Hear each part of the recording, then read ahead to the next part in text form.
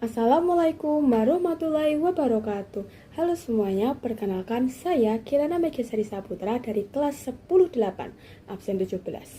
Kali ini saya akan menceritakan tentang materi ekonomi kelas 10 dari semester 2. Pernahkah kalian bertanya-tanya mengapa harga cabai tiba-tiba naik saat menjelang lebaran? Atau mengapa kita perlu bank untuk menyimpan uang? Nah, hari ini kita akan menyelami bagaimana dunia ekonomi bekerja, mulai dari interaksi di pasar hingga peran lembaga keuangan di sekitar kita.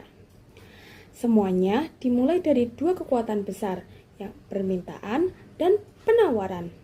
Bayangkan kita di pasar jeruk, hukum permintaan bilang kalau harga jeruk naik, kita sebagai pembeli pasti akan mengurangi jumlah yang dibeli. Sebaliknya, hukum penawaran bilang kalau harga naik, produsen justru semangat menjual lebih banyak agar untung besar. Contohnya, jika harga jeruk 10.000, permintaannya bisa mencapai 100 kg. Tapi begitu harga melonjak ke 12.000, permintaan turun menjadi 60 kg. Dari sinilah kita bisa menghitung fungsi matematika untuk melihat bagaimana perubahan harga memengaruhi jumlah barang di pasar. Lalu, setelah transaksi terjadi, uang yang beredar perlu dikelola. Disinilah peran bank muncul.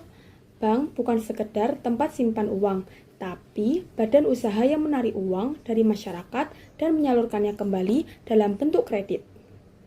Ada bank sentral, BI, yang mengatur lalu lintas uang negara. Bank umum yang sering kita temui hingga BPR. Uniknya, di Indonesia kita punya dua sistem bank. Yang pertama, bank konvensional menggunakan sistem bunga yang tetap. Yang kedua, bank syariah menggunakan prinsip bagi hasil murabahah yang lebih mengedepankan kemitraan dan nilai sosial. Lalu, misalnya kita butuh modal 100 juta. Di bank konvensional, kita mungkin dikenakan bunga 10%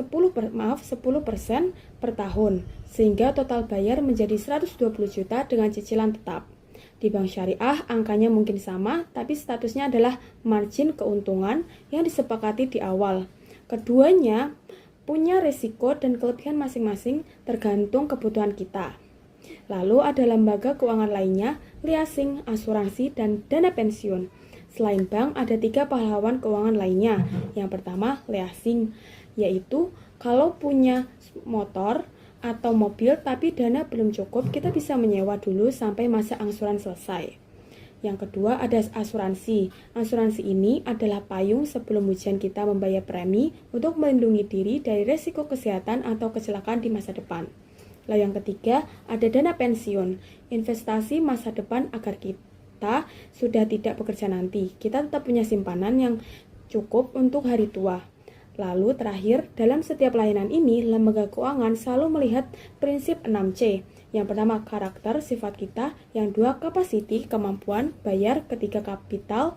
Keempat, kolateral. Kelima, condition. Dan keenam, construction. Baik, sekian dari tugas video ekonomi saya. Terima kasih. Wassalamualaikum warahmatullahi wabarakatuh.